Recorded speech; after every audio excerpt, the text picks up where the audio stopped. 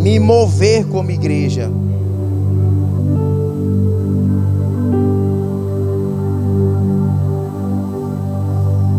Pergunta para o irmão que está do seu lado: você é igreja? O que ele te respondeu? Não sabe? Esqueceu? Hã?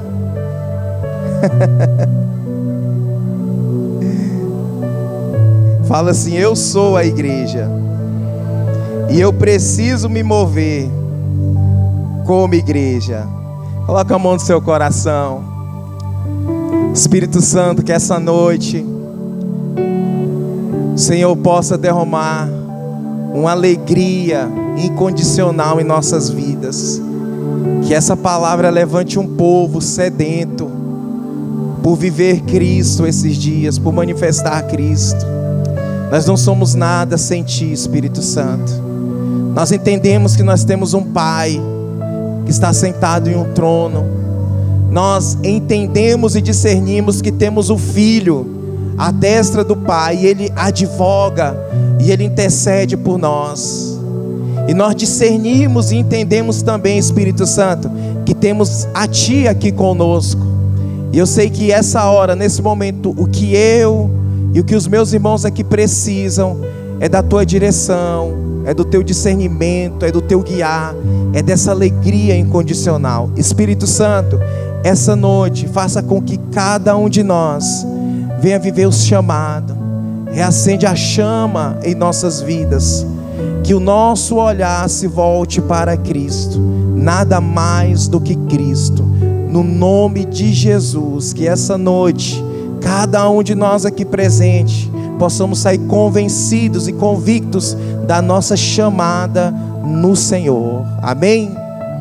Esse tempo atrás saiu uma notícia de que cientistas suíços, se eu não me engano, eles descobriram que, eu não sei se eu falei isso aqui esse dia, mas eu vou falar novamente para a gente entender essa mensagem. Eles descobriram que o útero da mulher, ele escolhe qual espermatozoide vai fecundá-lo. A gente tinha aquele entendimento que havia uma corrida, né? E que lá no final a gente está aqui porque a gente venceu aquela corrida, não é? E aí a gente, né, se vangloria: eu já venci no ventre da minha mãe, eu estou aqui agora, eu vou vencer também. Só que aí eles descobriram que não existe realmente um alvo e uma corrida ali dentro. Porém, quando o espermatozoide ele chega no útero, ele não entra se o útero não permitir. Só se houver uma vontade permissiva daquele útero para aceitá-lo. E aí nessa descoberta é nos dado o entendimento do que Jeremias descreve. E Jeremias ele vai dizer que ele foi escolhido desde o ventre da sua mãe. A Bíblia também vai dizer no Salmo 139 que Deus ele ainda nos viu a substância informe, ou seja, em formação. Então, irmãos, nós não vencemos uma corrida. Diga para a pessoa que está do seu lado: você não venceu. Olha para ela, irmão, me ajuda aí. Olha para ela, isso. Fala para ela: você não venceu. Isso, olha aqui para mim, Márcia: você não venceu. Fala para mim. Fala aí, fala para a pessoa: você não venceu. Bate aí no ombro dela e fala assim: você foi escolhido. Fala assim: você foi escolhido. Deus te escolheu. Amém? Então você não venceu. Você não foi aquele espermatozoide vencedor. Você foi o espermatozoide escolhido. E aí nos dá outro entendimento, irmãos. Porque se você foi escolhido para um aperfeiçoamento. Você não foi escolhido porque é perfeito.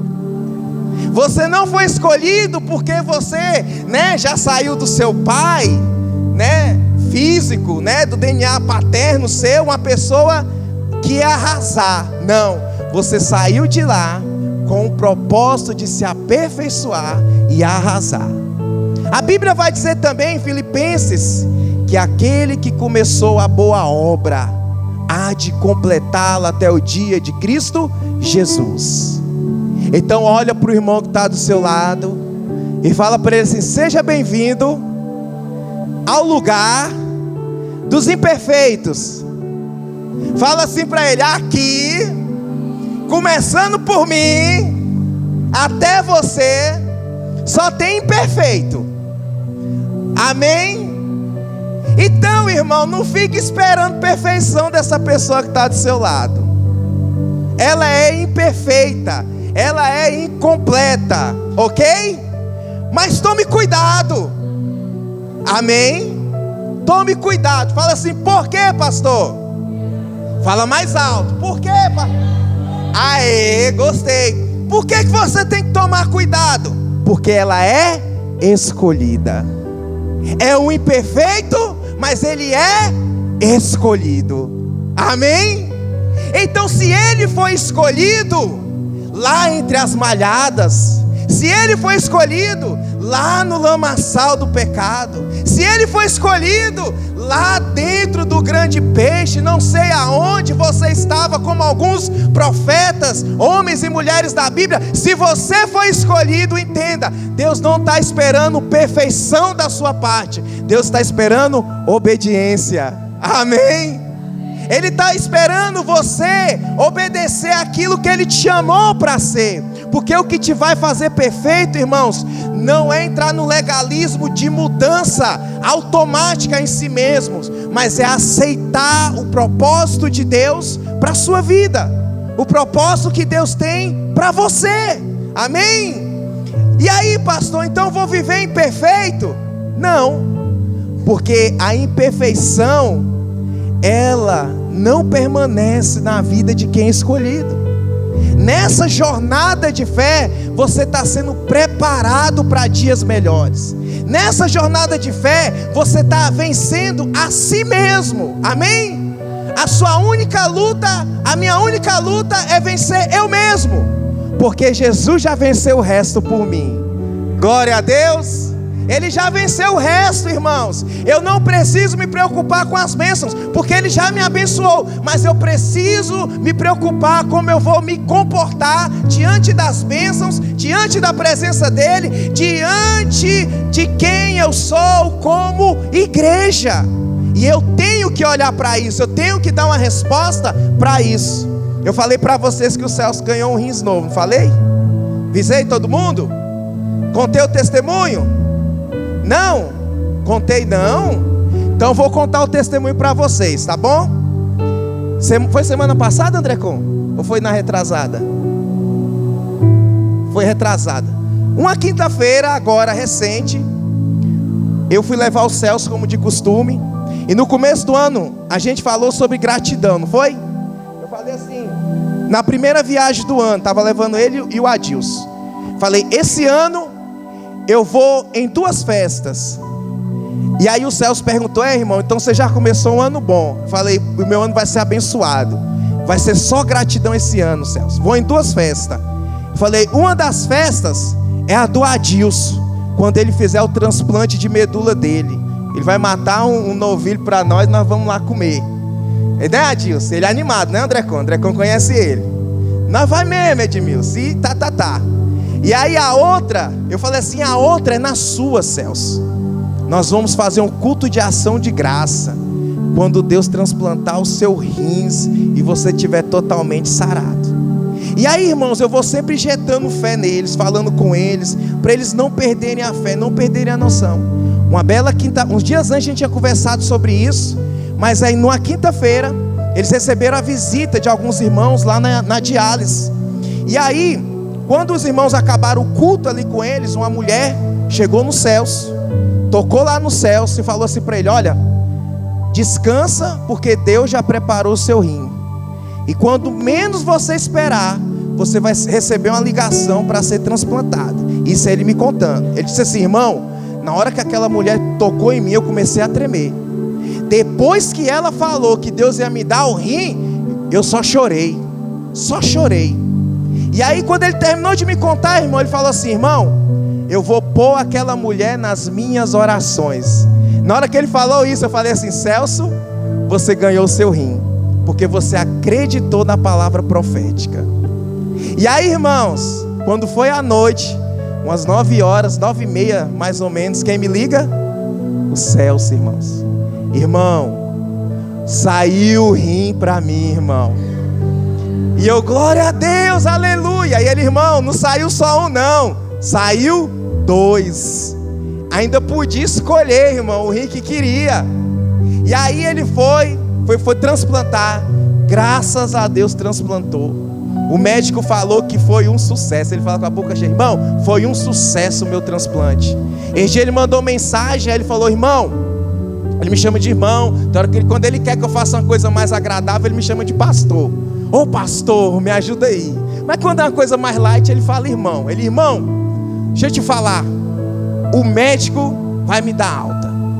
Ele disse que as pessoas ficam aqui 20 dias, 30 dias, mas ele disse que eu estou muito bom, eu estou perfeito, eu posso ir para casa. Irmão, não tem jeito, foi Deus que fez isso por mim.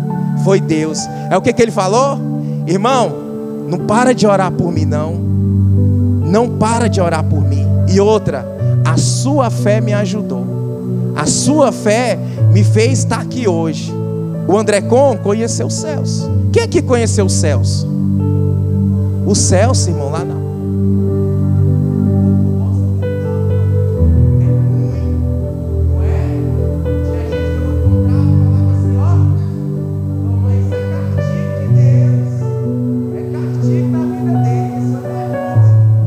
Mas o Celso mudou, irmão. Ele me xingava no começo e falava nome feio comigo, né? Não, Andrecon, olha lá o Andrecon lá. O Andrecon já suou na mão do Celso, irmão. Oi? Ah, a Márcia já foi no carro com ele. Como é que era, mano? Não é tenso, Márcia? Cala a boca, manda os outros. Ele é brabo, irmão. Só que aí, irmão, o que acontece? A palavra, ela tem que prevalecer. A presença de Deus, ela tem que prevalecer. E aí aquele homem que era ruim, até que resolveu um dia, ele mudou. Não teve jeito não, ele teve que mudar. O que mudou ele? A presença. A presença de alguém que não se comportava como ele, mas queria ver nele uma restauração. Então quando ele xingava os outros: Celso, calma aí, não é assim também não. Esperava, Andrecon? Ele não esperava? Tinha que ir embora na hora. Pois tinha dia que eu falava: hoje você vai esperar. Não, Celso, tu tá indo para novena, não tá? Deus não tá falando contigo não. O amor ao próximo. Aí a ficha batia na cabeça. Uai, eu tinha que usar de estratégia, né? E aí, Celso, espera aí um pouco, não é assim não. Reclamava até que foi mudando. E a mudança, irmãos, fez com que ele fosse abençoado. Com que Deus olhasse para ele e falasse: agora chegou a hora de você ganhar o seu rins.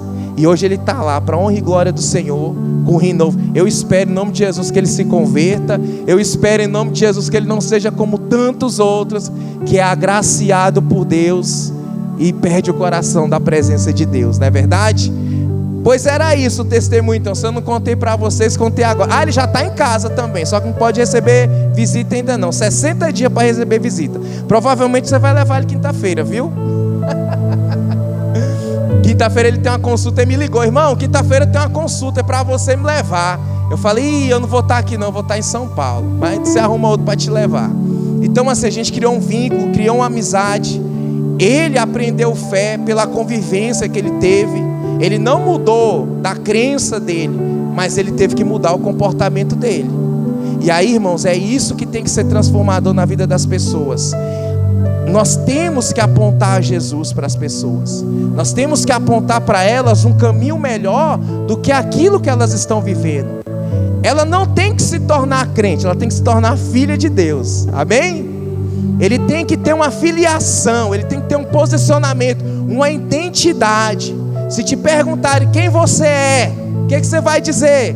Ah, eu sou um advogado, eu sou um jogador de futebol, eu sou um... Deus, Ele não quer saber qual é o seu talento, Ele não quer saber qual é a sua disposição, o seu trabalho.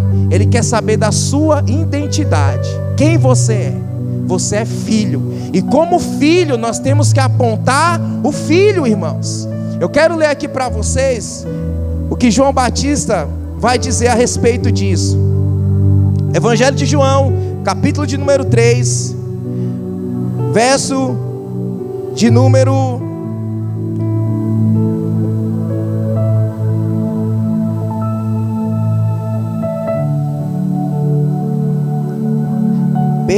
'Deixa aí o 3 marcado. Isso, mas era lá em Mateus. Mas eu vou ler aqui, depois eu vou para lá, tá? Diz assim, ó: depois disso, Jesus foi com seus discípulos para a terra da Judeia, onde passou algum tempo com eles e batizava. João também estava batizando em Enom, perto de Salim, porque havia ali muitas águas, e o povo vinha para ser batizado. Eu falo para vocês aqui que batismo é disposição, é querer. Então, irmãos, essas pessoas aqui estavam indo porque elas estavam dispostas a batizarem, a quererem viver essa mudança através de Cristo. 24. Isso se deu antes de João ser preso. Surgiu uma discussão entre os discípulos de João e um certo judeu a respeito da purificação cerimonial. Eles se dirigiram a João e lhe disseram: mestre, aquele homem que estava contigo no outro lado do Jordão, do qual testemunhaste, está batizando e todos estão indo, e todos estão se dirigindo a ele. Isto João respondeu: uma pessoa só pode receber o que lhe é dado dos céus. Vocês mesmos são testemunhas de que eu disse: eu não sou o Cristo, mas sou aquele que foi enviado adiante dele. A noiva pertence ao noivo. O amigo que presta serviço ao noivo e que o atende e o ouve, enche-se de alegria quando ouve a voz do noivo.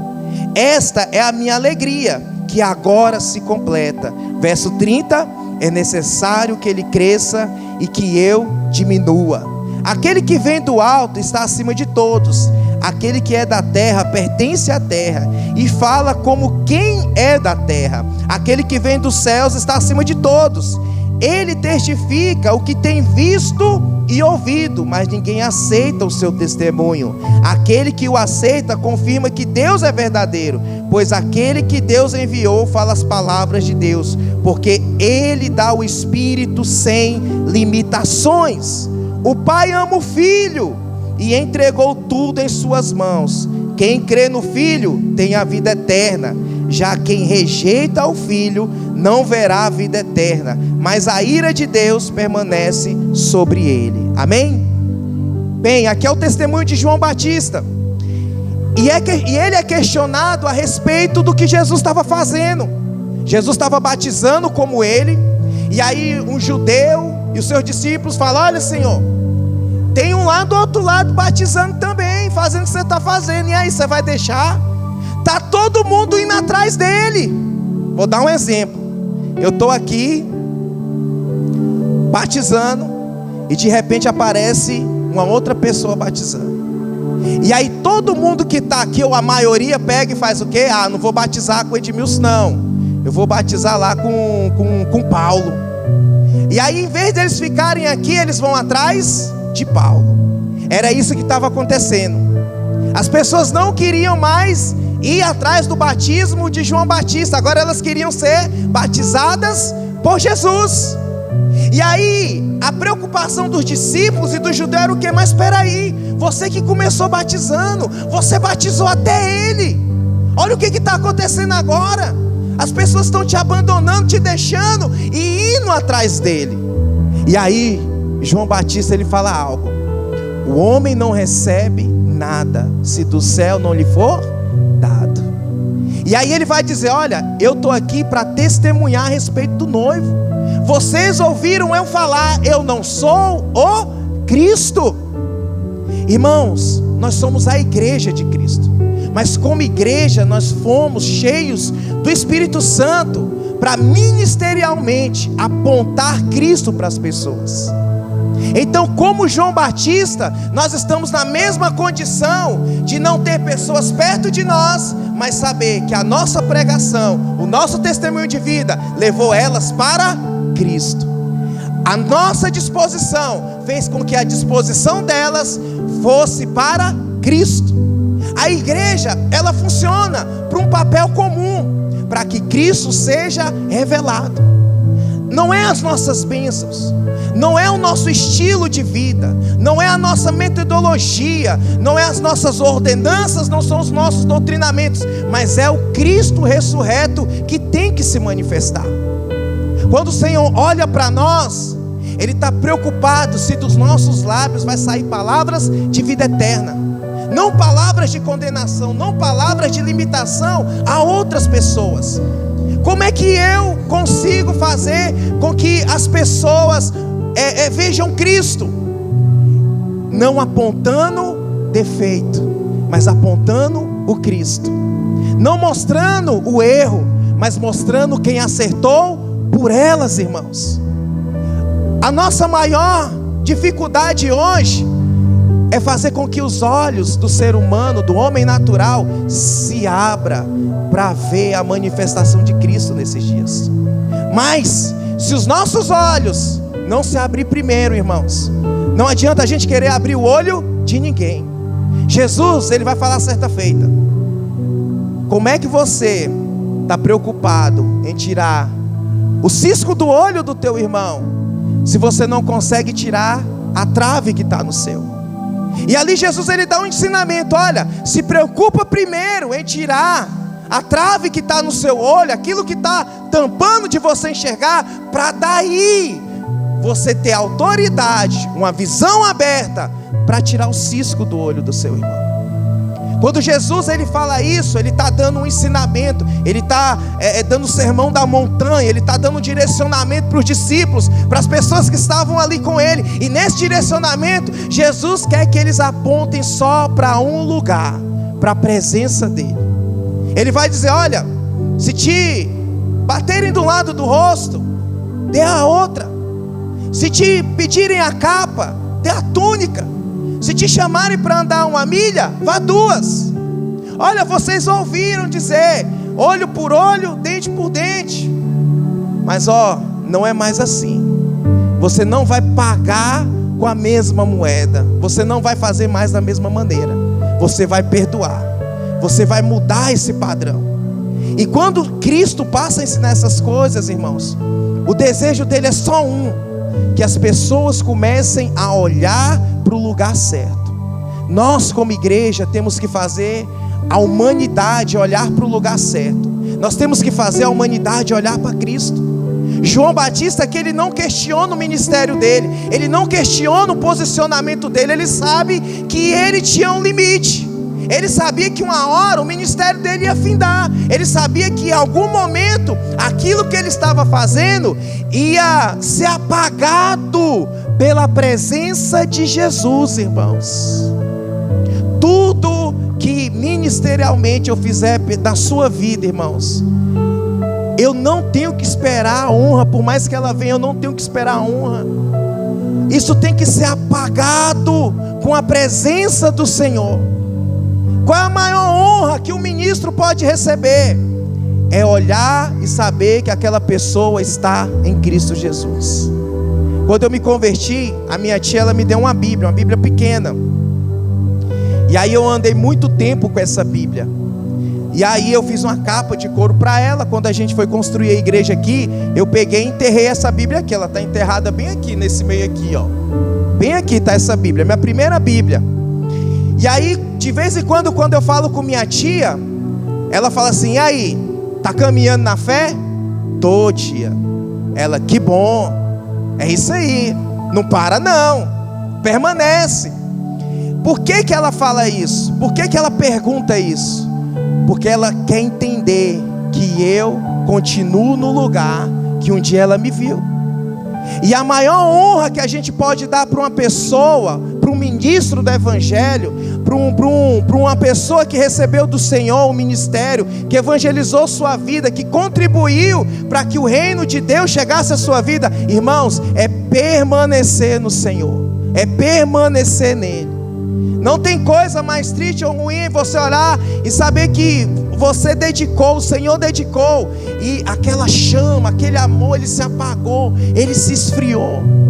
Porque não é para sobressair quem eu sou ou quem você é. Quem tem que sobressair na vida das pessoas é Cristo, irmãos. Por mais que eu esteja aqui hoje, em cima desse altar, dessa plataforma, você tem que entender que o que me faz estar aqui é a ligação que eu tenho com vocês. Isso não me faz perfeito, irmãos. O que me aperfeiçoa é a comunhão com vocês. O que me aperfeiçoa é a nossa vida como igreja. E o nosso papel como igreja não é levantar um homem. O nosso papel como igreja é levantar Cristo, é fazer Ele sobressair sobre essa humanidade.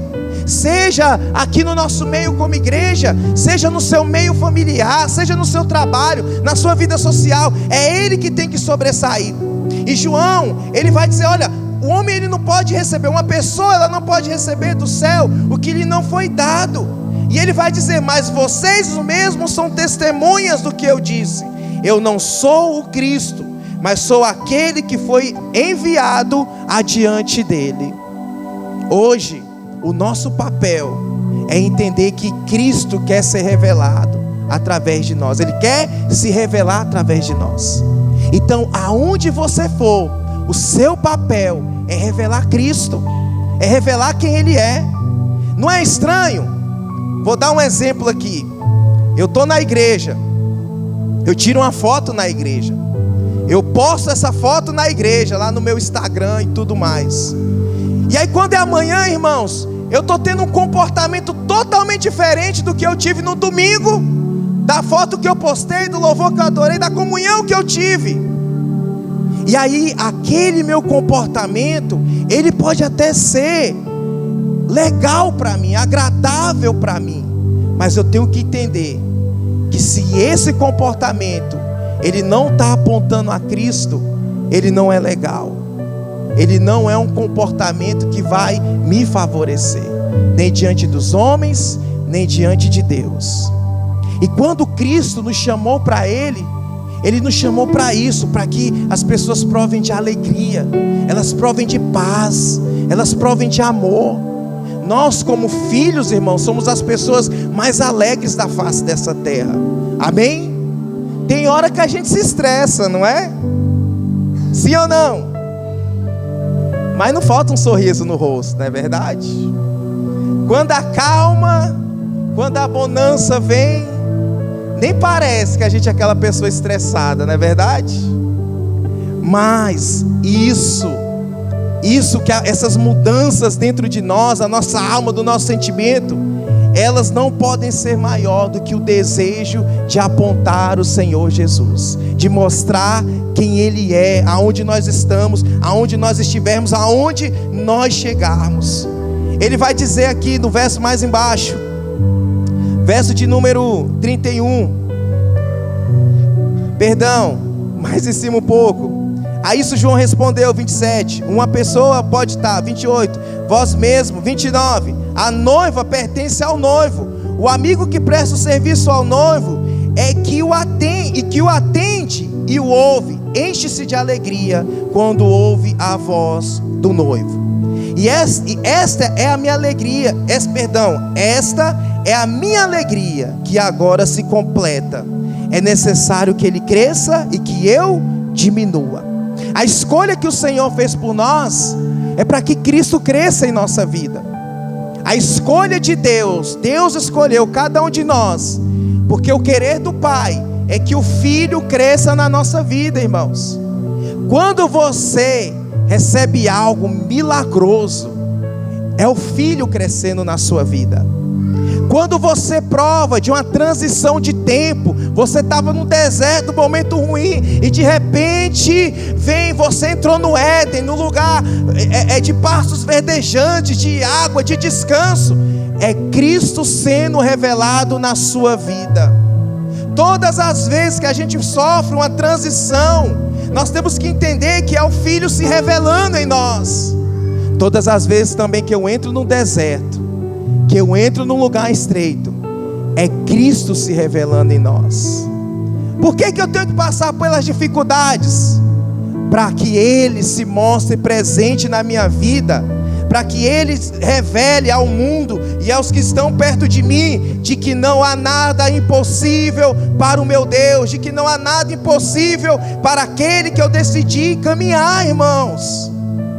Hoje, a humanidade, qualquer lugar que você chegar e falar, Jesus te ama, o que a pessoa vai falar para você? Eu sei, é ou não é? Ah, eu sei que Ele me ama. Não é assim? Jesus te ama. Amém. Eu sei que Ele me ama. Aceita Jesus? Não, está aqui no meu coração, eu já aceitei. É, irmãos, desse jeito. Porque as pessoas, elas não querem mais ouvir, elas querem ver manifestações desse Filho. Elas querem ver pessoas que estão cheias realmente da presença dEle e manifestam quem Ele é, mostram a realidade que Ele é, levam outros a provar de quem Ele é.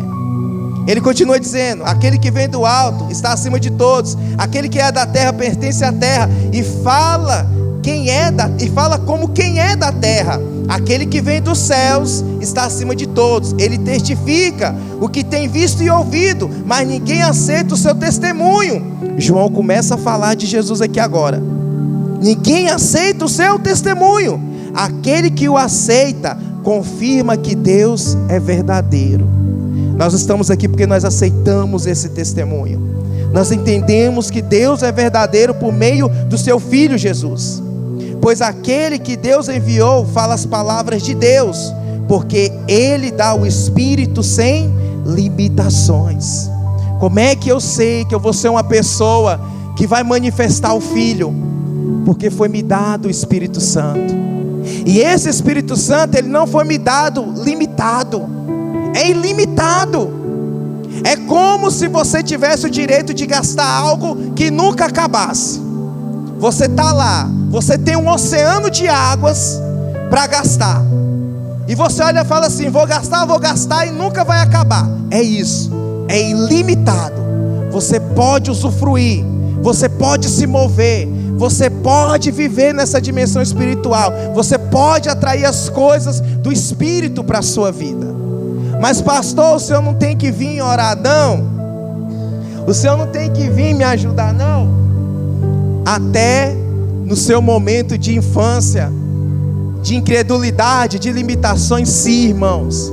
Mas entenda algo: ser pastor não é ter autorização para dominar a sua vida, ou mandar na sua vida, ou abrir o céu sobre a sua vida. Ser pastor é assumir um ministério onde o nosso comportamento é ajudar você a viver em Cristo como nós vivemos, ou melhor do que nós. Amém? Então não espere a oração do pastor, porque o Espírito que move a vida do pastor move a sua vida também. O ministério que foi dado para ele provavelmente foi dado para você também. Amém? Pastor, vai ter aniversário lá em casa, vai lá para o senhor orar? Não, quem vai orar a partir de hoje é você. Amém? No final do culto é você que vai orar por mim. Amém? Você tem que entender que foi te dado também. Foi te dado e sem limitações. Foi me dado para quê? Para que eu manifeste quem Ele é, para que eu me apoie na verdade que é Cristo sobre a minha vida, irmãos. Mateus capítulo 11, era o texto que era para mim ter começado. Verso de número...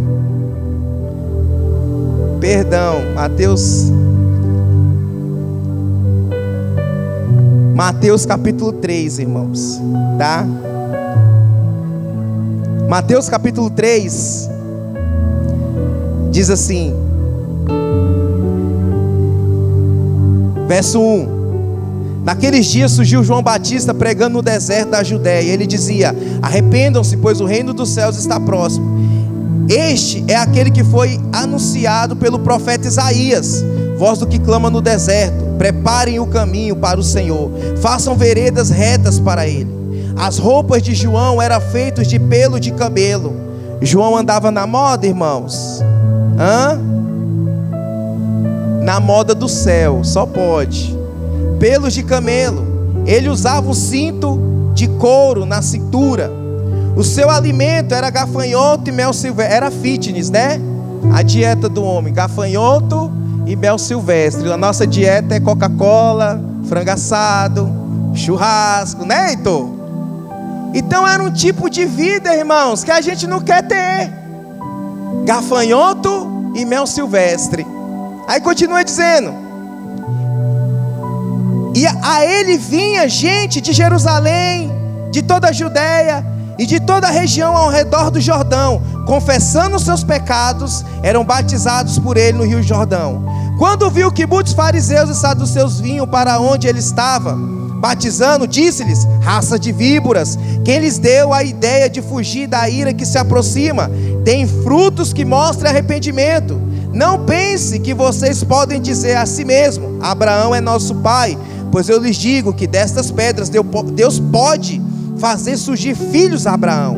O machado já está posto à raiz das árvores, e toda árvore que não der bom fruto será cortada e lançada no fogo. João Batista, ele recebe a descrição aqui de Mateus, de como ele se vestia, de como ele se comportava e quem ia até ele. Daqui a pouco aparecem pessoas até ele, batizava. Daqui a pouco aparecem os fariseus, homens que carregavam a palavra de Deus, mas não se comportavam segundo a palavra de Deus. E aí ele dá uma qualificação para esses homens: raça de víboras, quem vos... Então ele traz um confronto para eles.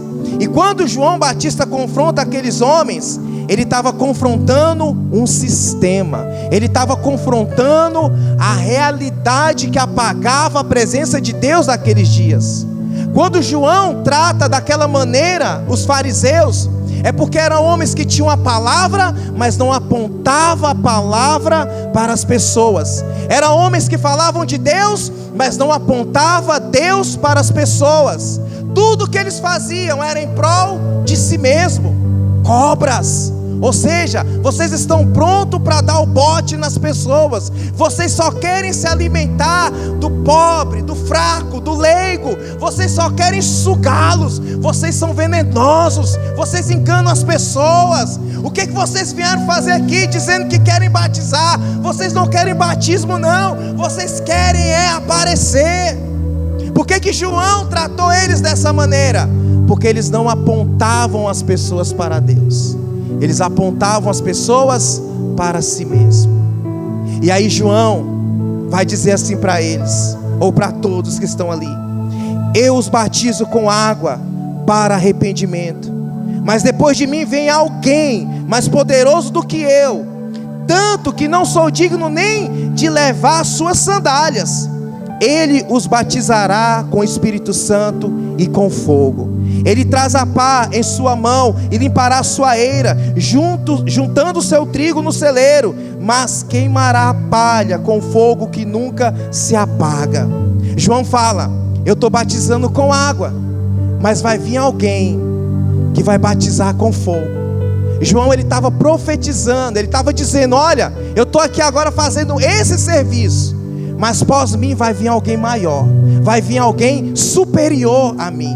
Irmãos, todas as vezes que o Espírito Santo nos levanta, todas as vezes que nós discernimos, entendemos que a chamada cristã é para ser cheios do Espírito Santo e anunciar o Cristo, nós temos que entender isso. Ele vai se manifestar, irmãos, ele vai aparecer.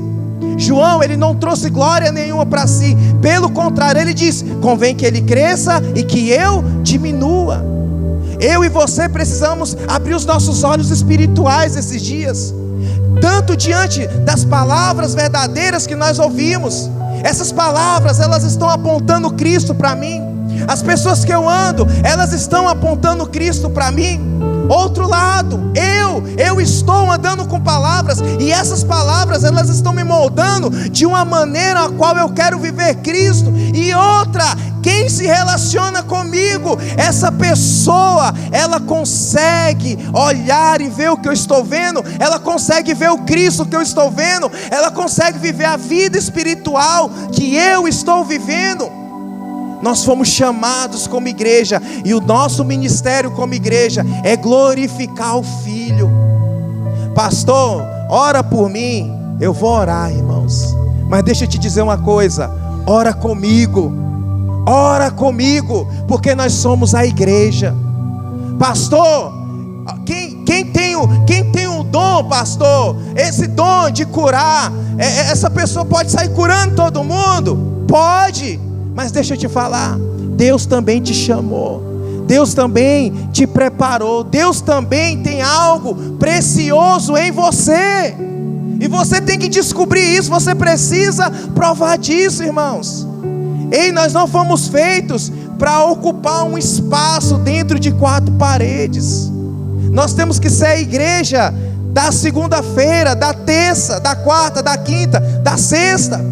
No sábado a gente tem que se reunir aqui e adorar, levantar mãos santas, agradecer ao Senhor, bem dizer a Ele por tudo que Ele está sendo, por tudo que Ele está fazendo, irmãos.